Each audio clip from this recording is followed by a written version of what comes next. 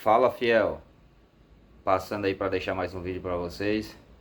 Informações do Timão, as últimas do Corinthians. Venda complicada de Hugo Souza. Presidente aí do Cuiabá cobrando o Corinthians. Situação complicada. O colapso tá perto. Deixa aí o like, se inscreve no canal, ativa o sininho das notificações, deixa tua opinião aí. Se tu gostou, o que é que tu acha, o que é que tem que fazer. E aí vem a questão da SAF. Será que é legal? A gente tá preparando um vídeo aí bem bacana para vocês dos prós e contras da SAF. Então, bora pro vídeo. É melhor que está muito sexto ano. Para falar do adversário do Flamengo no final de semana, o Corinthians. Que, obviamente, o Corinthians, mais preocupação no brasileiro, em fugir, em sair da zona do rebaixamento. Tem um jogo importante na quinta-feira. Vladimir Bianchini, bom dia. É isso, Abel. Um bom dia para você, um grande abraço para o pessoal do estúdio, também para os fãs de esportes. O Corinthians tem uma semana muito importante, porque na quinta-feira, na Neoquímica Arena, encara o Atlético Paranaense, duelo decisivo e direto na luta contra o rebaixamento. E no domingo, enfrenta o Flamengo pela Copa do Brasil, também na Neoquímica Arena. Precisa reverter uma desvantagem de um gol, também um jogo bastante importante, que pode valer uma vaga na final da competição. O Corinthians que se prepara nessa semana, viu, Abel, para pagar a multa pelo Hugo Souza. Isso porque o Corinthians fez o pedido de compra em relação ao Flamengo, manifestou o desejo, mas o Flamengo ainda não respondeu. Então, se o Flamengo não responder até o jogo de domingo, e principalmente se ele recusar as garantias que o Corinthians oferece, como tem um contrato de empréstimo em vigência até o final do ano, o Corinthians teria que pagar novamente a multa de R$500 mil. Já pagou 1 milhão, né? Porque o Hugo Souza jogou 2 vezes contra o Flamengo, vai ter que pagar de novo. Então tem essa questão do imbróglio aí, Corinthians e Flamengo. A gente sabe que tiveram alguns problemas entre os clubes, né? Principalmente no começo do ano, quando houve a compra do Mateuzinho, depois o pedido do Corinthians na CBF para que as datas voltassem ao original, quando o Flamengo pediu a troca das datas e a CBF aceitou. Então tem essa polêmica nos bastidores entre as equipes. O Timão que treina nesta semana, visando esse jogo do Atlético Paranaense, que é o mais importante do ano, principalmente pensando na luta contra o rebaixamento, e não está tendo nessa data FIFA os jogadores Romero, que está no Paraguai, e também o zagueiro Félix Torres, que serve à seleção equatoriana. Já o jogador José Martins, da Venezuela, foi suspenso do jogo contra o Paraguai agora na data FIFA, deve retornar mais cedo e estar no jogo contra o Atlético Paranaense. Tanto o Romero quanto o Félix Torres devem chegar na quarta-feira. Então precisa ver como que vai estar a questão física deles, justamente para saber se o técnico Ramon Dias pode utilizá-los na partida contra o Furacão. O Corinthians que também prepara o retorno de 2 jogadores importantes do elenco. Tanto o Thales Magno quanto o Alex Santana, que sofreram lesões, ficaram de fora durante algumas partidas. O Corinthians acelera o processo de recuperação, eles têm se recuperado muito bem, podem estar à disposição aí nos próximos jogos. Lembrando que o Corinthians terá a volta do Fagner, do André Ramalho e também do Romero, que cumpriram suspensão automática no jogo contra o Internacional na última rodada do Campeonato Brasileiro. Volto com vocês. Obrigado, Vladimir Bianchini, lá no Parque São Jorge, trazendo boas notícias para o Corinthians, hein, professor? Enfim, né? Pelo menos dentro de campo as notícias são boas. Fora tem outras questões financeiras aí. E outra boa notícia é um adversário também numa situação complicada. Teve protesto da torcida do Atlético no sábado, Sim, na frente do CT. Quer dizer, tranquilo o Atlético também não está. O Vladimir falou do jogo do ano, né? Do jogo chave. Com o Corinthians sempre até o próximo. Sempre o próximo. Mas realmente é um jogo chave em termos de classificação.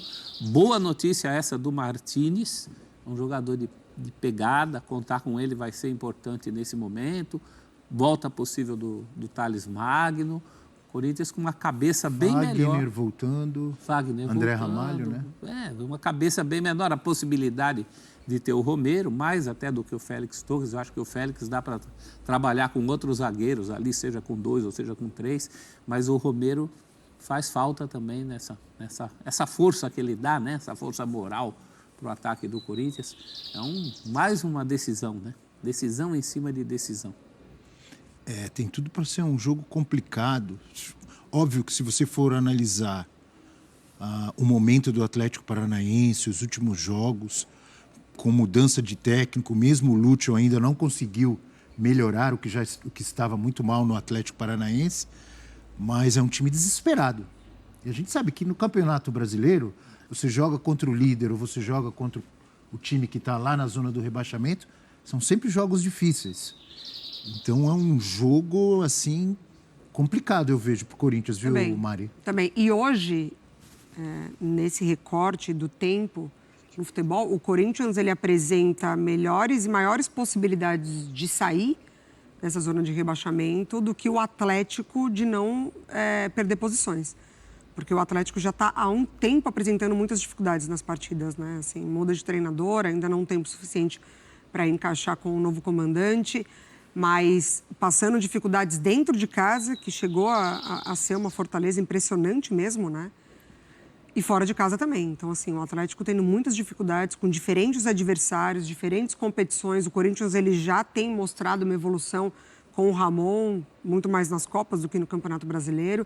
Mas aí é a hora do resultado aparecer para o Corinthians. Né? Em termos de desempenho, é um time em viés de alta, o Corinthians, contra um time em viés de baixa, que é o Atlético. Exatamente. Desempenho por desempenho, hoje eu aponto o Corinthians como favorito nesse jogo. Sem dúvida. Pelo desempenho, mas é um jogo, sabe que jogo...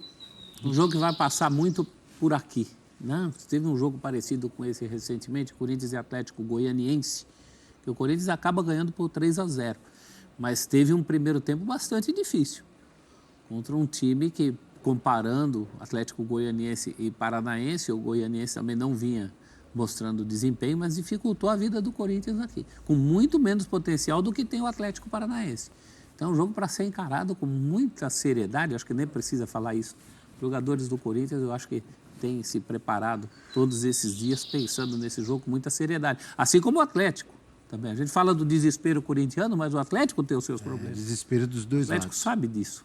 O Corinthians está na zona, querendo sair, e o Atlético Paranaense, se não ficar esperto, pode entrar. Pode entrar, inclusive, nessa rodada.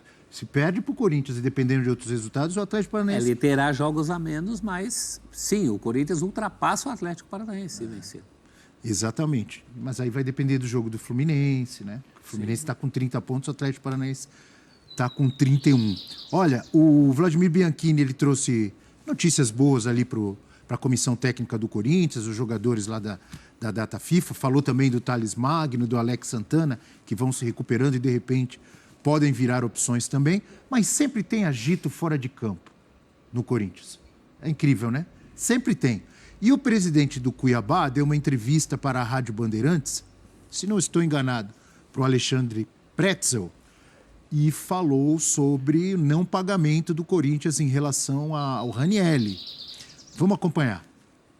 A situação do Corinthians é ridícula, né? O Corinthians está dando um golpe no futebol brasileiro, o que o Corinthians está feito, porque o Corinthians não está pagando ninguém e está contratando jogadores, pagando aí 4 milhões de reais por mês para um jogador estrangeiro e não consegue pagar o Cuiabá, que é muito menos do que eles vão pagar para o MSDP. Então, assim, eu acho que precisa criar uma regra de que, assim, o jogador só pode entrar em campo se tiver quitado, se a parcela tiver em dia, né? Se o jogador X foi comprado do time Y e a parcela está atrasada ou não está pago, ou alguma coisa assim, não pode jogar, o time não pode escalar.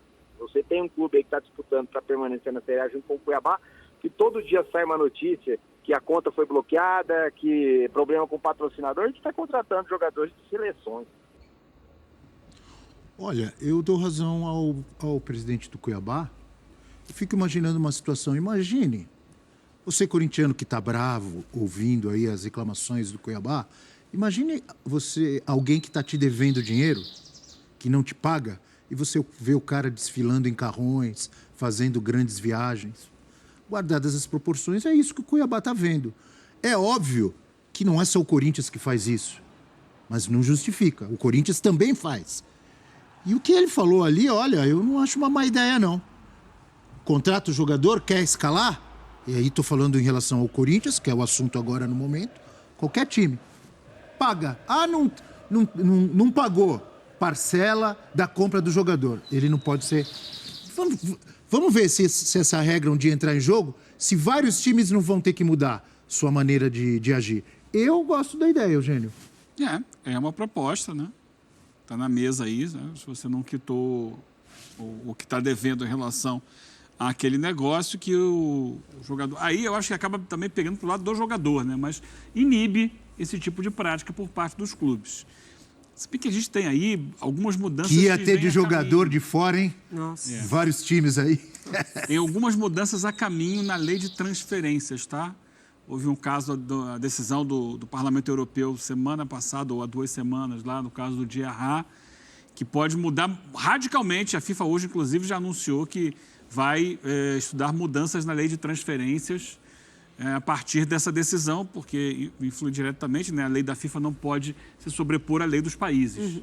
E isso pode acabar, inclusive, com a multa rescisória. Aí vai dar um rolo danado, a gente vai ver o que vai acontecer no futuro. Mas é uma proposta aí do presidente do Cuiabá para forçar o clube a pagar. E realmente, né? Você vê, o Flamengo rejeitou o que foi divulgado no final da semana passada com pompa e circunstância. Hugo é nosso, Hugo é do Timão, Hugo não sei o quê. O Flamengo, peraí. Foi feita uma proposta, o Flamengo não aceitou as garantias do Corinthians. O Corinthians não pagou o Hugo. O Corinthians fez uma proposta, ó, vou parcelar em tantas vezes e a garantia é essa. Aí o Flamengo olhou, peraí, mas essa é a mesma garantia que você me deu no caso do Mateuzinho.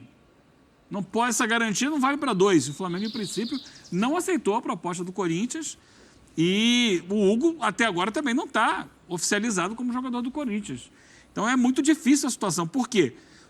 O que o presidente do Cuiabá colocou ali. Desculpa, eu estava vendo aqui que eu tinha esquecido, não sei nem se a pronúncia eu vou falar corretamente. Cristiano Dresch. Dresch, presidente do Cuiabá, só para citar isso. o nome.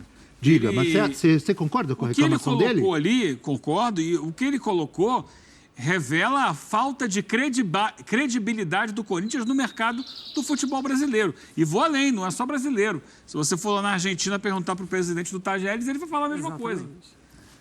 Em relação no caso do Garro lá. Então, hoje, é um clube que está contratando, que contratou vários jogadores no meio do ano agora, sem pagar aqueles que ele já tinha contratado antes. Então, o mercado vai se fechando. Por isso, o Flamengo, num primeiro momento, não aceitou a proposta pela efetivação da compra que tinha sido anunciada com pompa e circunstância no final da semana passada do goleiro Hugo Souza. Quem deve nunca tem razão, né? Não tem razão o Corinthians agora, como não tinha razão o Flamengo durante décadas, que foi o símbolo disso. O Flamengo montava times com dívidas até botar a casa em ordem. O próprio presidente do Cuiabá, nesse momento, ele parece também... Ele tem razão na queixa, mas tem muito do caso dele estar sendo diretamente afetado por isso. E aí a gente entra naquela esfera de que todo mundo chia em função dos seus interesses no futebol brasileiro, né? E reclamou do Galo também, com a negociação do Deivinho. Mas essa intensidade é porque justamente ele é o mais prejudicado por um Corinthians reforçado. A briga do time dele é diretamente com esse Corinthians, né? Professor, tudo bem, isso também, mas é no jogador dele que o Corinthians comprou, o Ranieri, ele tem toda, e não paga? Ele tem toda a razão. Eu comecei o discurso falando aqui, quem deve nunca tem razão. Quem deve tem que pagar. Eu só fico com o pé atrás porque os paladinos aparecem na hora que a água bate no bumbum deles, né? Isso em relação a tudo, em relação à dívida de clube, em relação à arbitragem, é cada um puxando para a sua sardinha. A gente tinha que parar e pensar numa mudança estrutural. O que ele propõe é interessante, é o óbvio. Quem deve não pode gastar. Isso na vida é assim. Mas é um controle muito difícil. Viu o exemplo que eu dei? Precisa ver se todo mundo Imaginou vai alguém te devendo, professor? Desfilando com carrão? Já aconteceu muito. Viajando pelo mundo e usando roupa de grife? Já aconteceu, não muito, mas já aconteceu numa vez específica. E que você ficou com vontade? Você que deve, sabe de... É de você que eu estou falando. Viu, professor? Já caducou, professor. Há muitos anos.